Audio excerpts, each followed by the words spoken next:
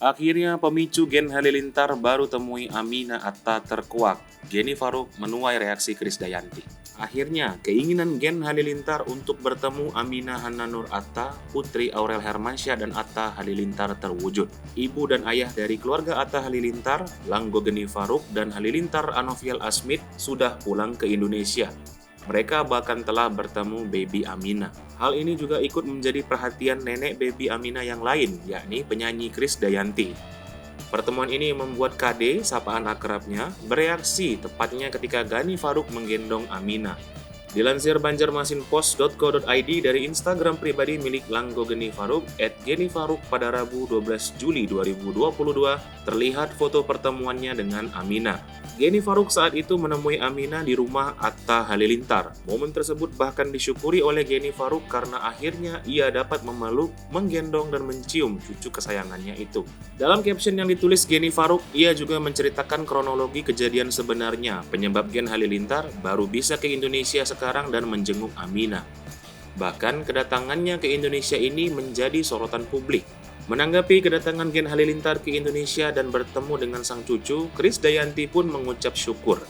Melalui kolom komentar, istri dari Raul Lemos ini mengatakan rasa syukurnya tersebut. KD mengatakan akhirnya doa yang ia panjatkan kepada Allah Subhanahu wa Ta'ala agar Geni Faruk dan keluarga bertemu dengan Amina telah terkabul.